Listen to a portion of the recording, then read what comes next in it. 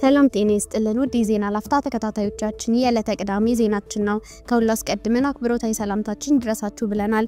ለሰዓቱ የመራረጥናቸውን ዜናዎች ይዘን ተገኝተናል። አንኳር ጉዳዮችን በማስተዋወቅ እንጀምራለን። ለውጥ እናመጣለን ብለን ኢትዮጵያን ወደ ነውጥ ከተትናት አቶ ገዱ አንዳርጋቸው የአማራ ክልል ግጭት የተቀሰቀሰው አማራን ለማዳከም በአገዛዙ ታቅዶ ነው የሚል ክስ በጠቅላይ ሚኒስትር አብይ አህመድ መንግስት ላይ ያቀርባሉ።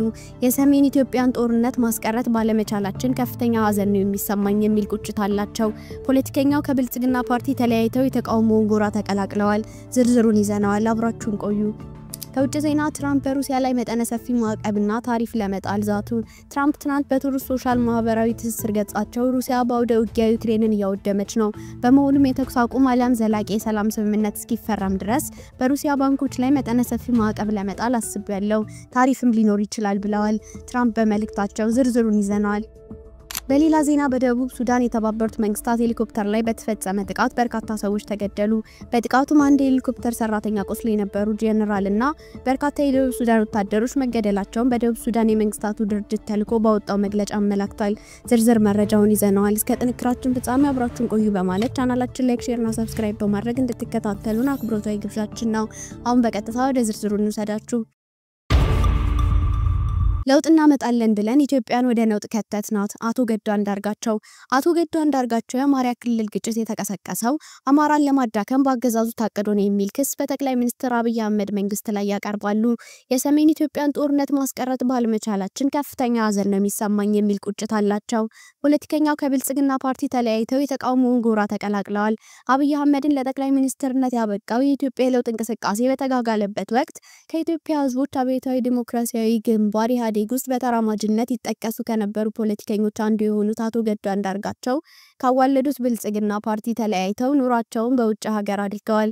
ኢትዮጵያ ለገባችበት የፖለቲካ ምስቅልቅል በስልጣን ላይ የሚገኘውን መንግስት አምረው የሚኮንኑት ገዱ ከለውጡ በኋላ የውጭ ጉዳይ ሚኒስትርና የጠቅላይ ሚኒስትር አብይ አህመድ የብሔራዊ ደህንነት አማካሪ ሆነው እየሰሩ ሲሆን በስተመጨረሻም የህዝብ ተወካዮች ምክር ቤት አባል ነበሩ።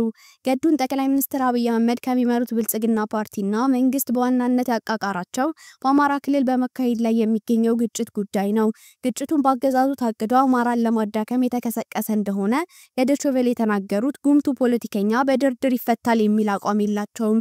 አቶ አያሌው ጎበዜን በመተካት ከታህሳስ 2006 እስከ የካቲት 2011 ድረስ ክልሉን ለ5 ዓመታት በፕሬዝዳንትነት የመሩት አቶ ገዱ ግጭቱ የሚገታው የኢትዮጵያ መንግስት እየሄድኩበት ያለው መንገድ አያዋጣም ብሎ ጦርነቱን ሲያስቆመው አሊያም ህዝቡ በፋኖ እየተመራ ያደረገ ያለው ትግል ተጠናክሮ በጉልበት አገዛዙ የሰላም አማራጭ እንዲቀበል በማድረግ ብቻ እንደሆነ ተናግረዋል። የአማራ ክልል ወደ ግጭት የገባው ከሰሜን ኢትዮጵያ ጦርነት በቅጡ ሳያገግም ነው። የትግራይ የአማራና የአፋር ክልሎችን ለብርቱ ሰብአዊ፣ ኢኮኖሚያዊና ማህበራዊ ቀውስ የዳረገው ደም አፋሳሽ ጦርነት ማስቀረት የሚቻል እንደነበር ይናገራሉ።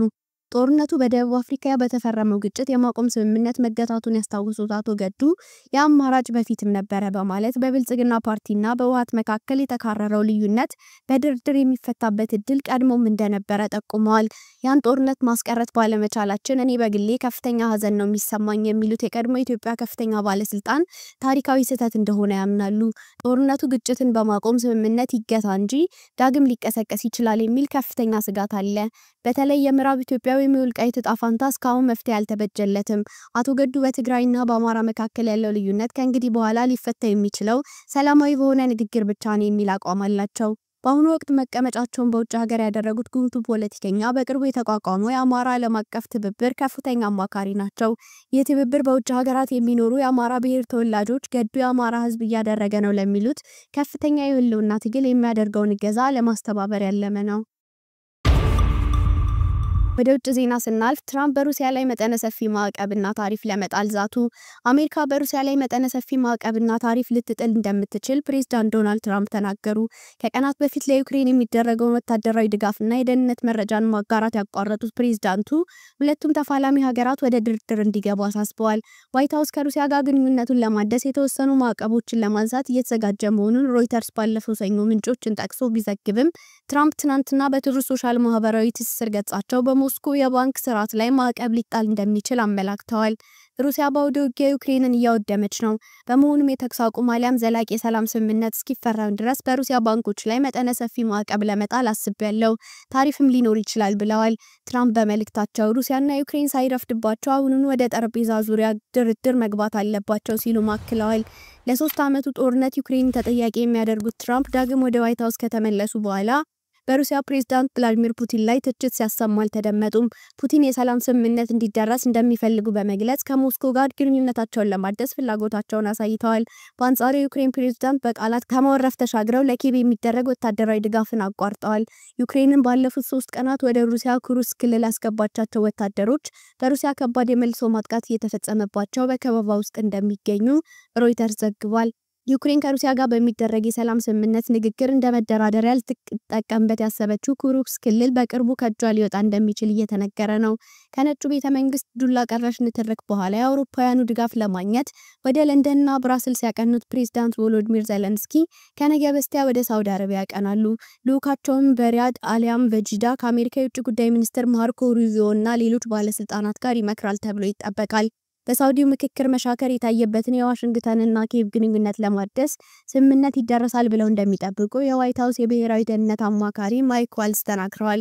የዩክሬንን ከ20 በመቶ በላይ መሬት የተቆጣጠረችው ሩሲያ በብሪታንያና ፈረንሳይ የቀረበውን ጊዜያዊ የተኩስ አቁም ስምምነትና የአውሮፓ ሀገራት ወታደሮችን በሰላም አስከባሪነት የማሰማራት ሀሳብ እንደማትቀበለው ማስታወቋ የሚታወስ ነው።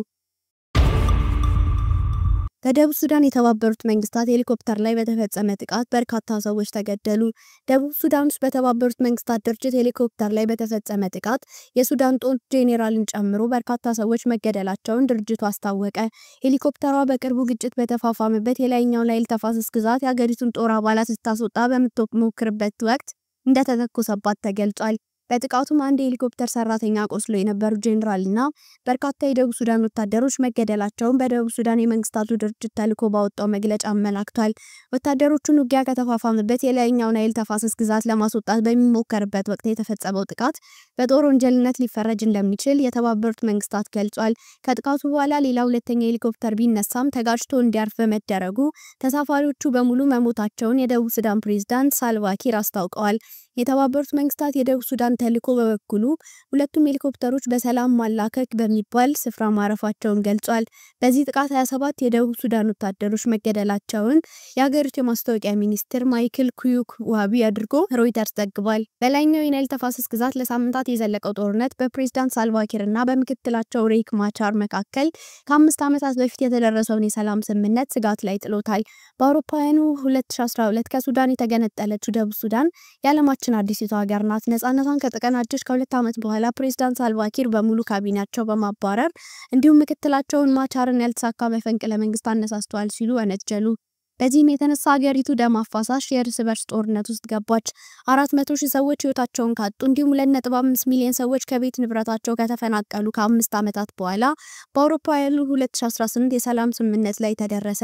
ሆኖም እስካሁን ድረስ የሰላም ስምምነቱ በጸና መሰረት ላይ አልቆመም። በአሁኑ ወቅት በላይኛው የናይል ተፋሰስ ግዛት እየተካሄደ ያለው ጦርነት በሀገሪቱ ጦርና በእርስ በርስ ጦርነት ወቅት ከማቻር ጋር በአጋርነት ተሰልፎ በነበረው ዋይት አርሚ በተሰኘው ሚሊሻ መካከል ነው። ከሁለቱም ተፋላሚ ወገኖች ጋር በተደረሰ ስምምነት የተባበሩት መንግስታት የቆሰሉ ወታደሮችን ከግጭቱ ቀጠና እያስወጣ ይገኛል። በተባበሩት መንግስታት ተልዕኮ ሰራተኞች ላይ የተፈጸመውን ጥቃት አስመልክቶ ኃላፊው ኒኮላስ ሃይሶም እጅግ አስጸያፊና በዓለም አቀፍ ህግ መሰረት እንደ ጦር ወንጀል የሚቆጠር ነው። የባልደረቦቻችን ላይ የደረሰው አሰቃቂ ሞት ከልባችን አዝነን ለወዳጅ ዘመዶቹ መጽናናትን እንመኛለን ብለዋል። ፕሬዝዳንት ኪር በጥቃቱ የተገደሉትን በላይኛው ናይል ተፋሰስ ስር የሰፈረውን ጦር ሲመሩ የነበሩት ጄኔራል ማጆር ዳክ መሆናቸውን አስታውቀዋል። በቅርቡ የተነሳውን ግጭት ተከትሎ በርካቶች ደቡብ ሱዳን ሰፋ ወዳለ የእርስ በርስ ጦርነት ልትገባ ትችላለች የሚል ስጋቶችን እያነሱ ይገኛሉ። የተባበሩት መንግስታት ድርጅትና የአፍሪካ ህብረት በዚህ አካባቢ የተነሳውን ግጭት ሊዛመት እንደሚችል አስጠንቅቀዋል። በቅርቡ የደቡብ ሱዳን ዋነኛ ተቃዋሚ የሆነው የሱዳን ህዝቦች ነጻ አውጪ ንቅናቄ SPLMIO ወታደራዊ ክንፍ የጦር አዛዥ እንዲሁም የነዳጅ ሚኒስትሩን ጨምሮ የማቻር አጋር የሆኑት ከፍተኛ የሀገሪቱ ባለስልጣናት ለእስር ተዳርገዋል። ሆኖም ከአርቡ ጥቃት በኋላ ፕሬዝዳንት ኪር ህዝቡ እንዲረጋጋ ጥሪ አድርገዋል። ሀገራችን ወደ ጦርነት እንደማትመለስ ደጋግሜ ተናግሬያለሁ። ማንም ሰው ከህግ በላይ አይደለም። እኔ የምመራው መንግስት ይህንን ቀውስ ይፈታዋል ብለዋል። ውድ የዜና ላፍታ ቤተሰቦቻችን የሰዓቱ መረጃዎቻችን ያዳመጣችሁትን ይመስል ነበር። ስለተከታተላችሁን እያመሰገንን ቻናላችንን ሰብስክራይብ በማድረግ እንድትከታተሉን ቤተሰብ እንድትሆኑ እየጋበዝን በዚሁ ተሰናበትን። ጤና ይስጥልን።